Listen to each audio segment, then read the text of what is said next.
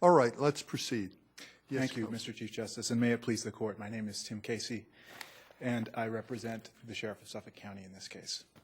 Your Honors, we're here because a member of the appellee union, Joseph Upton, seeks close to $400,000 in back pay from the Sheriff, in addition to post-judgment interest, despite the fact that for the nearly 9 years between when he was originally terminated by the Sheriff in 1999 and when he was ultimately reinstated in 2008, Upton, by his own admission, did virtually nothing to seek alternative employment. But we're here on an affirmance of an arbitrator's award that was pretty explicit about you should get the back pay absent actual earnings and any unemployment compensation. So you don't address that in your brief. Your Honor, we do address it in our reply brief. There are cases saying that if a matter could have been decided but in fact wasn't by the arbitrator, then the courts are free to address it. Well, but the arbitrator has a very specific order, right? Actual earnings, that's what he says. He does, but he says nothing about Upton's duty to mitigate his damages. Did anybody raise that before the arbitrator? No, and logically it wouldn't have made sense for that issue to be before the arbitrator because the arbitrator was considering in the first instance whether the Sheriff's decision to terminate Upton was appropriate under the collective bargaining agreement. So if the arbitrator had agreed with the Sheriff's decision to terminate Upton, then there would have been no need to consider back pay or Upton's duty to mitigate his damages. But that's the case in every case where there's an employment issue. I mean, certainly if the defendant wins, then there's no issue of damages, and you don't need to reach the issue of mitigation of damages. But isn't the arbitrator supposed to resolve all issues, including the amount of damages? Well, Your Honor, it seems quite clear from the arbitrator's decision that he was not presented with the issue of mitigation of damages. By you. I mean, by the Sheriff. That's true, that's true. But this argument was not made, for example, before the Superior Court as part of the trial on the complaint for contempt. Was there evidence that was presented at the initial arbitration as to what his salary was and what the damages what the damages were? No, Your Honor. So we don't. The arbitrator did not insert a figure of an amount of damages. That's right. That's right. It is not a certain figure with respect to damages. It makes no mention of interest. Well, it says he should get all his back pay absent actual earnings in the interim. I mean, That's right. And unemployment compensation. So his back pay would not. That's the pure matter of calculation. I mean, there was no dispute as to what his pay was there? There was not. But Your Honors, I think that the arbitrator's decision is silent on the issue of mitigation, and the union's argument is essentially that silence is in effect a conclusion that can't be disturbed by the courts. Well. This court has said the fact that it's silent, how is it that we are going to disturb it? I mean, lots of things are silent, and we don't say to the arbitrator, well, you didn't reach this, so we're going to. We decide whether we're going to affirm or not the arbitrator's decision, don't we? Well, Your Honor, that may be, but in this particular case, I'm sorry if I'm repeating myself. I guess I'm just not understanding, given the context, how it is that we get into it. I mean, this came up on a question of contempt, but I'm at a loss, given the very limited review that a court has over an arbitrator's decision. Unless you're arguing that the lack of addressing mitigation is somehow a violation of public policy, I'm at a loss to see how we get into it substantively. Well, Your Honor, our argument again is that. And we cite, for example, the appeals court's decision in Zach, this court's decision in Lewison against Fishman, where an issue that could have been decided by the arbitrator but was not decided can be reached by the court. The Superior Court viewed itself as free to consider this issue upon the union's complaint for contempt. It didn't actually issue a contempt citation, because in sort of the parlance of civil contempt, the arbitrator's award isn't clear as to the amount of damages. That had to be determined by determining what his gross back pay award is, and the sheriff provided evidence of that.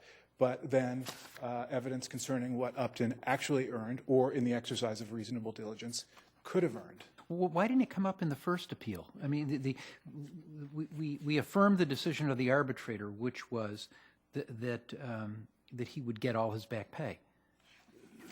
Why wasn't, I mean, so there it was, right there in black and white. Why wasn't the issue of mitigation raised in the first appeal? Well, Your Honor, again, the parties seemed focused solely on the question whether the arbitrator's decision ordering him reinstated after a 6-month suspension needed to be vacated as being contrary to public policy. Yeah, but we hear all the issues in an appeal, don't we? I mean, we don't do it piecemeal. There was a motion to confirm the arbitrator's award, and the issue never came up at that time. It wasn't brought up by either party, Your Honor. Again, because the parties weren't concerned with that issue at this particular at that particular stage. It was only after this court finally and reluctantly in 2008 affirmed the arbitrator's decision because the matter could not be remanded for further arbitration in light of the intervening death of the arbitrator and the unavailability of key witnesses, that the parties turned their focus to the issue of, well, what are the measure of damages here? And the Superior Court considered itself free to address that issue in light of the arbitrator's silence on the issue of mitigation. Well, you say silence, but I'm reading Judge Kratzley's decision, page 357. The arbitrator's award states that the defendant's back pay award should be reduced only by actual interim earnings and or employment compensation. Now we don't have the award, do we? It is in the Part of the record, record? Your Honor. It is. Is that the language of the award? I don't think the word "actual" is used, right? I mean, I looked at it this morning in the record, but I didn't bring the record. it was Another quote actual of less than earnings. the outside earnings. Yeah, outside earnings. Sorry, not actual. So that's outside the language earnings. of the award? Right. So he wasn't that it was ambiguous, the question of whether it was error. Well, But since when do we review an arbitration award for error of law? Your Honor, we don't contend that you can review this arbitrator's decision as an error of law. We think that review is appropriate because this issue was never reached by the arbitrator. And under this court's decision, and for example, Lewison against Fishman, courts are free to reach issues that could have been resolved by arbitrators, but were not. I mean, let's assume this was not an arbitrative decision. Let's assume it went to trial. And you offer no evidence with regard to mitigation. The jury awards damages. You can't come back and say, well, the jury never considered the issue of mitigation because we didn't present it. There's an award. There's a damage award, and your chance to raise the issue was a trial. Why isn't it any different before an arbitrator? Well, Your Honor, there would be issues about whether that was properly within the scope of the collective bargaining agreement, whether that was properly, an arbitratable aspect of the dispute. I think the parties, could have and would have teed that issue up and developed it further if they believed that that was part of the actual dispute that was before the arbitrator in 2000 and 2001. It strikes me that the problem here is a practical problem. If the matter had been resolved with the arbitrator's report, then we wouldn't be here. The problem is 8 years have passed, or whatever, before the thing got resolved. So there's lots of time and lots of unpaid money. That's right, and the question is who, under the mitigation doctrine, in our view, who bears responsibility for trying to minimize that damage? And we, in our view, this court's decisions in, for example, McKenna and Ransom and other cases say that the employee does bear the burden, not the burden, but has a duty to reduce damages that could have been avoided had he diligently sought other work. Upton, by his own admission, did almost nothing during that 9-year span to reduce the damages that he now. Was there an agreement to bifurcate the hearing at arbitration? Not as far as I know, Your Honor. So the whole case was before the arbitrator originally? The issue, Your Honor, the arbitrator very clearly, I believe it's in the first page of the decision, states what it believes it is being asked to decide by agreement of the parties. And that what's stated is that the question is whether the sheriff acted within its authority under the collective bargaining agreement. In other words, did it have just cause to discipline or discharge Upton? And if not, what is the remedy? That's right. So, again, we don't think that agreement about what was being litigated before the arbitrator embraces consideration of mitigation of damages. So now we have 2 appeals instead of 1. Well, Your Honor, damages couldn't, it's not clear that damages could have been determined with certainty at that point. Why not? Well, I mean, at the time, it was, the arbitrator's award was that Mr. Upton should be suspended without pay, right, for 6 months? That's right. And then reinstated, and he should get whatever the back pay was. I don't remember the date of the arbitration award. But March of 2001. So about March of 2001. And then it never went before the arbitrator again. It was always on appeal. That's right. One place or another for the next 7 years. Yeah. Right? And the issue of the length of time between the arbitrator's decision and this court's final decision affirming the arbitrator's decision was not due to unreasonable delay or other...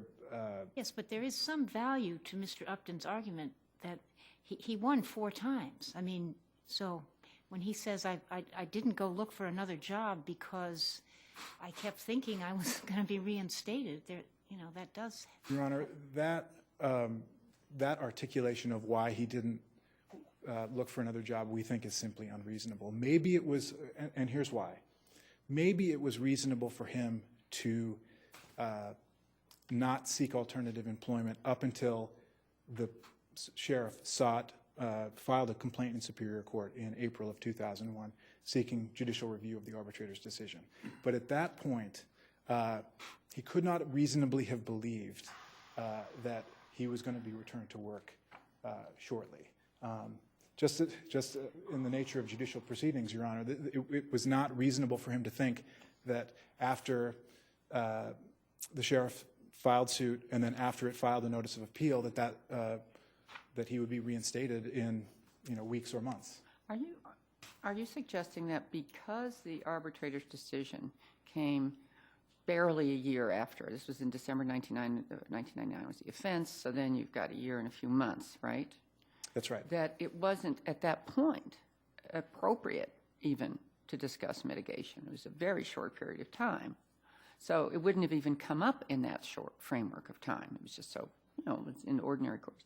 Are you suggesting that because, borrowing for the moment whose fault it was that it went on so long, let's say it wasn't anybody's fault, that because it couldn't have come up, it didn't come up? Right. Not that it was reserved, or it wasn't Right. the issue. That's right. It just logically There was nothing to mitigate at that point. Right. It was a I mean, year. essentially, for that to have been teed up before the arbitrator, there would have. It's almost as if the arbitrator would have said, "Well, I'm inclined, provisionally, to say to the parties, I'm inclined to say that Upton should be reinstated. So, what do you have to say about and to award him back pay? What do you have to say about mitigation of damages?" That logically that wouldn't have made any sense in this case because the arbitrator was simply considering whether to affirm the sheriff's termination of Upton. But he did specifically say less any outside earnings. He did. So he took into account the fact that there would be an offset against the back pay award less the 6 months. He did, but that... And so, I mean, it's just an inch over from considering what to offset. Well, Your Honor... Just that maybe implicitly he was assuming that the man would be doing something else. Your Honor, in answer to that, I would contrast this case with the School Committee of Holbrook case, which is the one relied upon by the union for this proposition that if it's decided by the arbitrator, it can't be reviewed by the courts.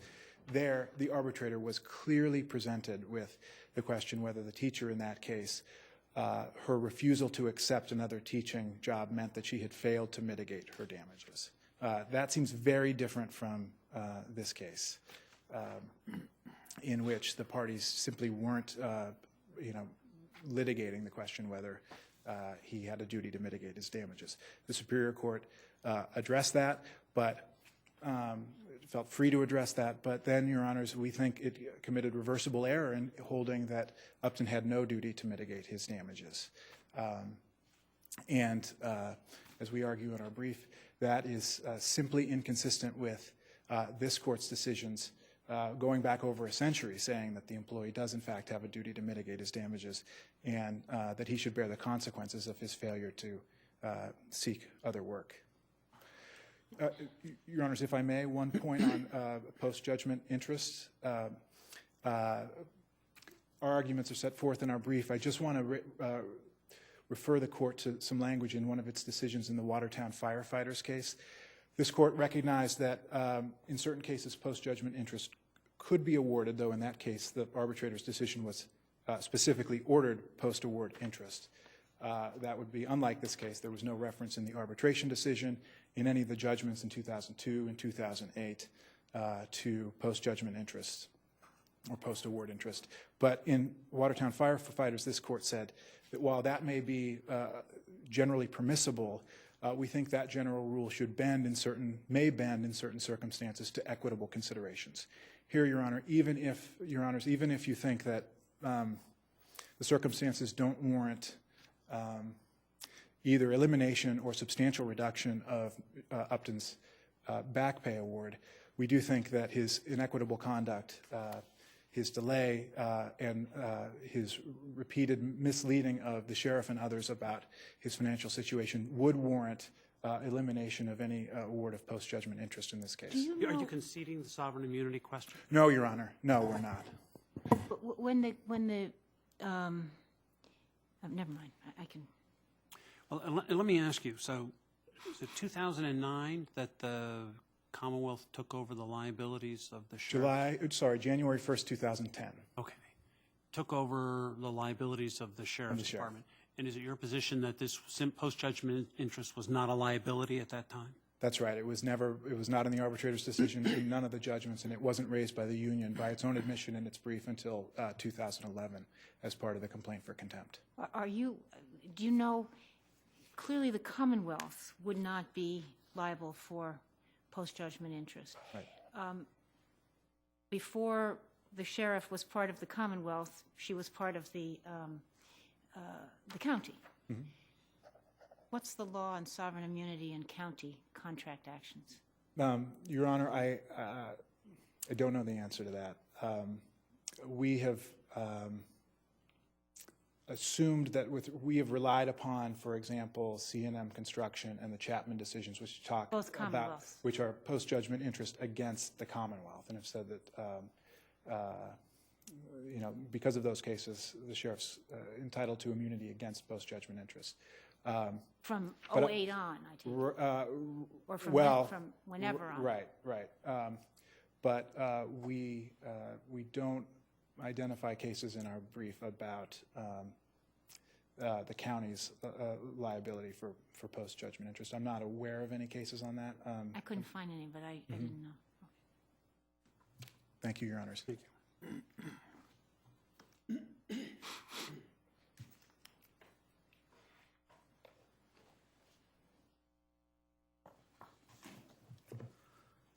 May it please the Court.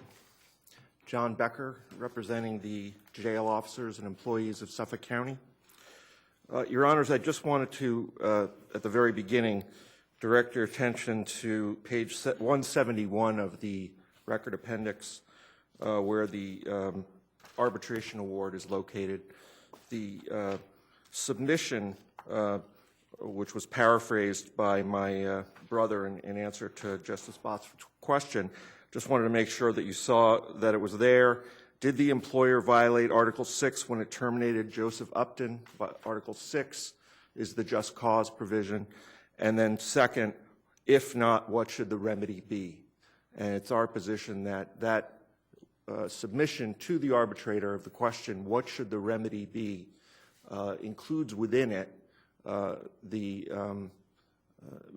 one thing, gives to the parties the obligation to put forth arguments and evidence that indicate what the remedy should be. So why did the arbitrator say that the remedy is X amount of dollars is owed?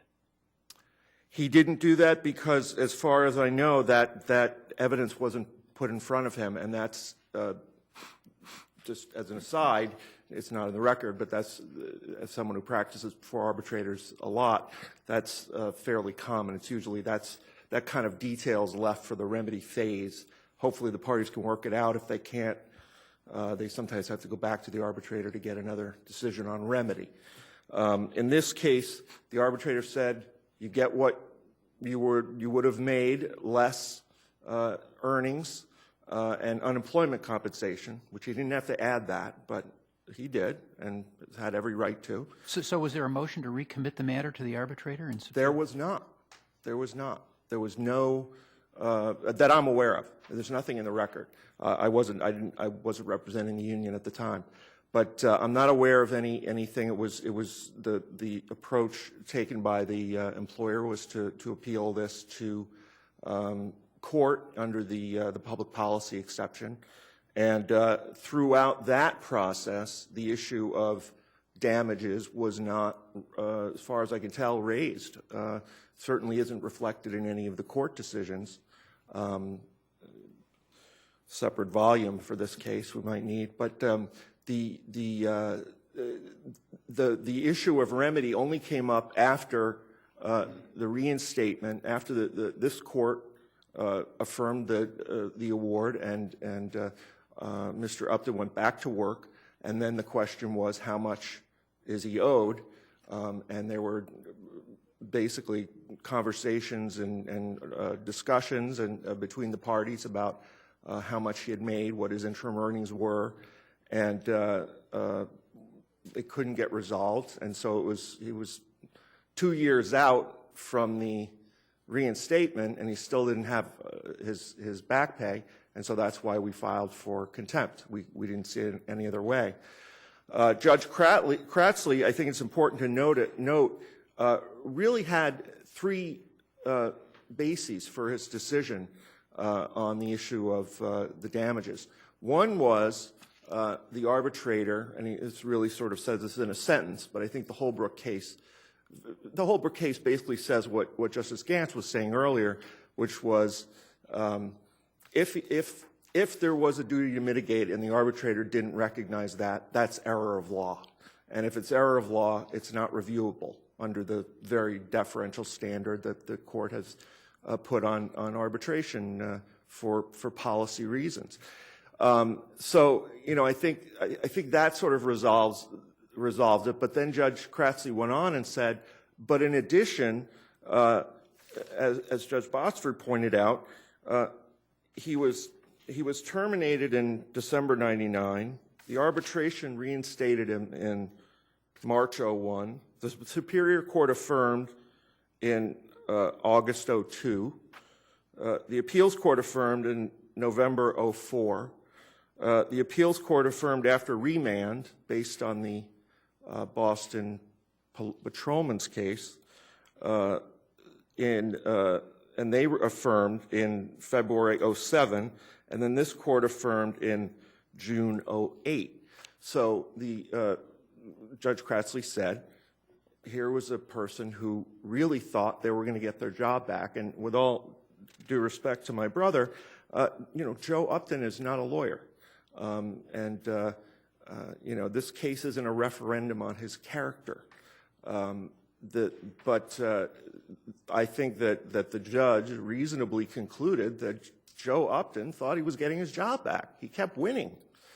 You know, every time the phone rang, it was his lawyer saying, you won again. And he's thinking he's going back to work. So, but he didn't go back to work. And when he did go back to work, then, you know, where's the check for my back pay for, you know, 9 years while it was being appealed? And we're still waiting for that. But there was a third provision, and this is important, a third basis for Judge Kratzley's decision, and we didn't get to talk about it before. But the court, you know, obviously can do as it pleases, but the court doesn't even have to reach the issue of is there or isn't there a duty to mitigate, because the sheriff didn't meet its burden of showing that there was any comparable employment for Mr. Upton to do. And that, your cases are very clear, the Black case, the Ryan case, the Buckley case. At what point in time didn't he do that? He didn't do that before Judge Kratzley in the contempt proceeding, where there was an opportunity where we were clearly, squarely facing the issue of of mitigation. That was the whole basis for or it was a substantial basis for they also argued that that he actually had made more money, but they couldn't prove that, and you're reviewing that on a clearly erroneous standard. So are you saying that that if that he didn't have the sheriff didn't have the obligation to do that during the original arbitration? I'm not saying that, Your Honor. What I'm saying is they didn't do it in the contempt proceeding before Judge Kratzley. That other issue isn't really before the court, as far as I can tell, and I haven't. Why isn't it? Well, I suppose I didn't brief that. I didn't brief that, but yeah, I mean, I suppose that is something. I'm certainly there was I mean, there's I think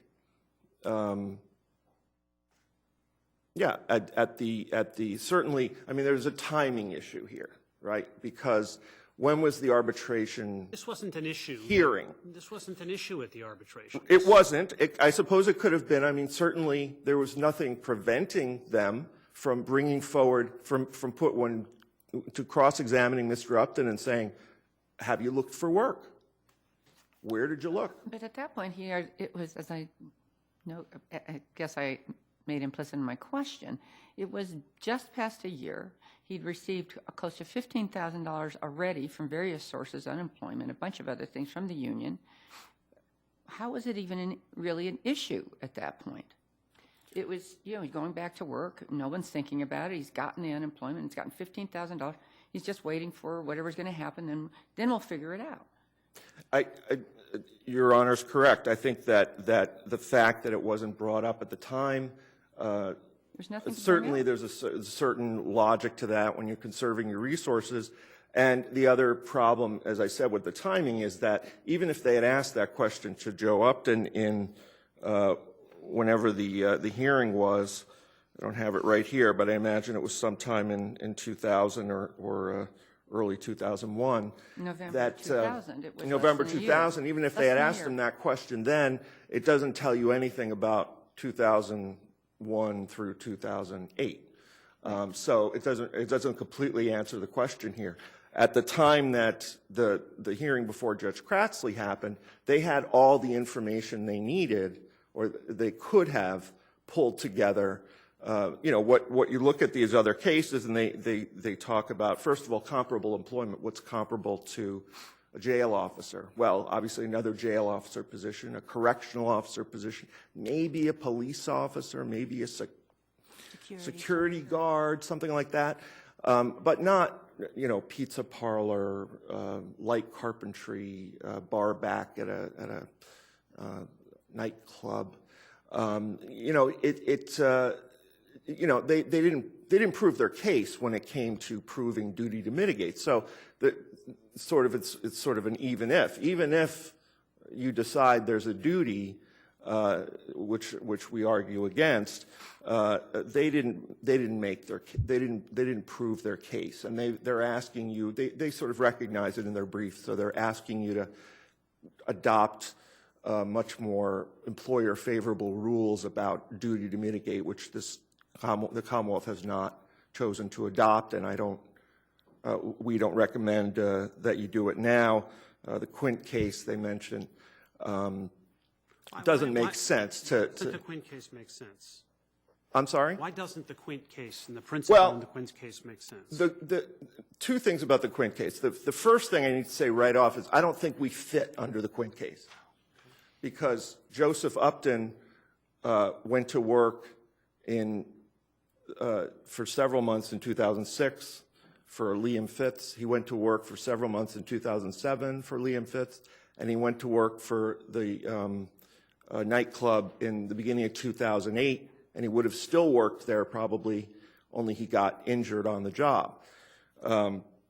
So he did look for work at times during that period. So the Quint case is very clear. We're making a very narrow exception for cases where the person does absolutely nothing. And you'll notice that even when my brother brings it up and when they talk about it in their brief, they always throw in virtually. because he did do something. And I think what he did was enough to get him out for, even if you decided to adopt Quint, this case isn't that case. Well, Quint actually got, I mean, Quint, in the case itself, back pay was awarded. Right. It's actually, in some ways, dicta, the holding, yes. So, you know, there are a number of different ways to look at this case, but I think it's important that to recognize that, number one, looking at it as an arbitrary review case, the arbitrator had the issue of remedy before him, and he didn't have to say, nobody brought up, there's no evidence in the record that anybody brought up, arbitrator, you should offset earnings, actual earnings either. But he did that because he recognized that was something that, you know, seemed to make sense to this arbitrator. So they didn't have to bring up duty to mitigate for the arbitrator to put it in the remedy if he thought it made sense to do that, but he didn't. And even if it was error of law to leave it out, you still have said that did the arbitrator it's not submit a reviewable. draft? Did the arbitrator submit a draft decision and ask for any comments or review before a final decision? There's no evidence of that in the record. I'm not aware of it. Can we turn to the interest question? Yes. First, I'm just trying to factually, are you saying you are owed, or Mr. Upton's owed interest from 2008? When does the interest obligation, in your view, begin to run? 2001? 2001, the decision of the arbitrator. And I cite two cases for that proposition in my brief, which basically say that for when you're trying to figure out when post-judgment interest runs in an arbitration case, that you look at the date that the arbitration was decided. He didn't ask, the arbitrator didn't say anything about interest, right? Does that matter? The arbitrator didn't say anything about interest, and we're asking for statutory interest under 235 Section 8. We're not asking for, but the question is, under 235 Section 8, where do you go back to? Now, one idea is you go back to the date that it was confirmed by the Superior Court, and that's certainly one way that the court could look at it. But it didn't confirm a monetary judgment. It confirmed the award. It said the award was and the award said you should pay back pay. It didn't have a number, but it said you should pay back pay minus offset earnings. And the cases that talk about post-judgment interest in the case of an arbitrator's award, they talk about. I thought I had it in here in my brief. Watertown firefighters, I think, is one of the cases. That they talk about going back to the date of the actual award. I suppose there is an argument that could be made that the first time that a court of the Commonwealth makes a judgment, that's the judgment that's post-judgment. I'd say that's my fallback argument. But I think in either way, and that would be August 2002, a year and a half later.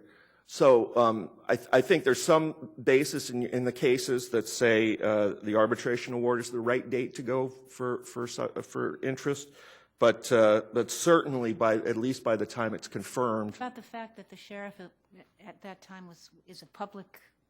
Well, the issue is, and part of the council. you know, the issue really is when does the cause of action is accruing during the period that Joseph Upton is out of work and he's not getting his back pay. No, but I mean, So you would agree that if the sheriff was covered by the Commonwealth for this entire period the entire course of this litigation, there would be no post-judgment interest, correct? I do mention in my brief a couple of exceptions to that rule All right, but just as a general. that are rarely used.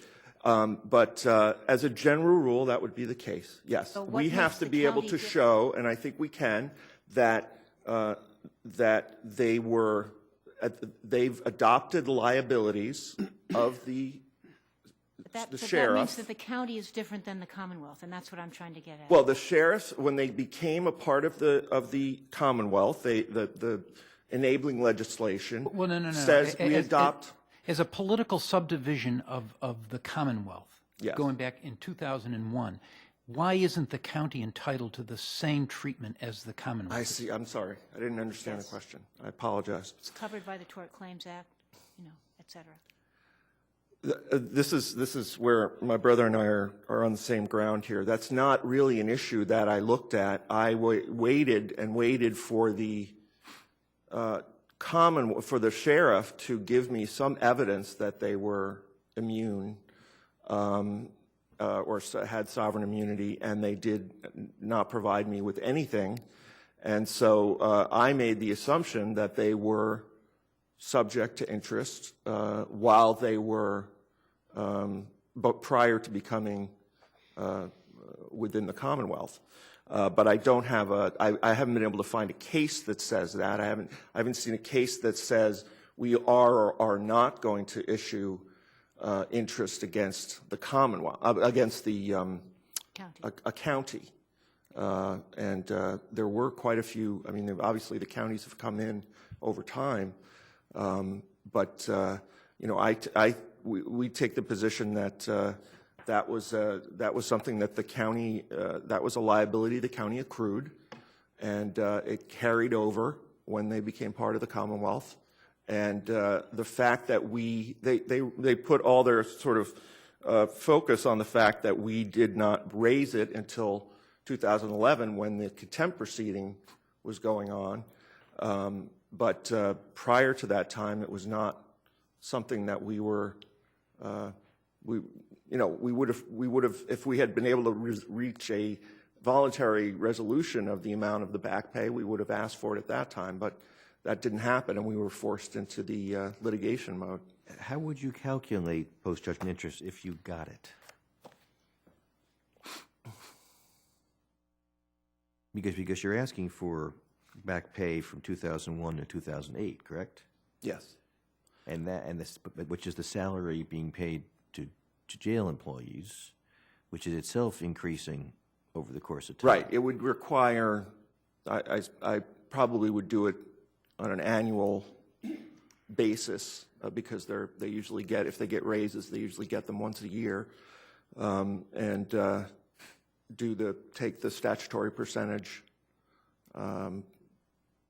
which also is changing, it wouldn't be an easy calculation, but it can be done. Well, counsel, we're going to have to leave it there. Okay, thank you, Your Honors.